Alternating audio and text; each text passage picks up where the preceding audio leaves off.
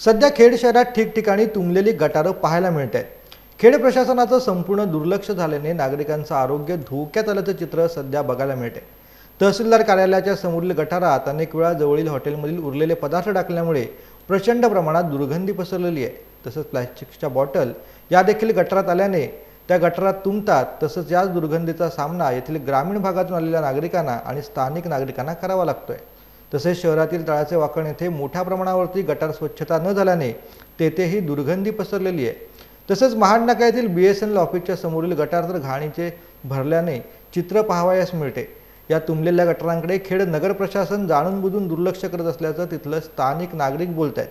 पावसाळ्यापूर्वी नालेसफाई करणे आवश्यक होते, मात्र संपूर्ण शहराचं नालेसफाई न केल्याने पावसाळ्यात त्याचा प्रचंड त्रास स्थानिक नागरिकांना भोगावा लागणार असल्याचं सध्या बोललं जात आहे।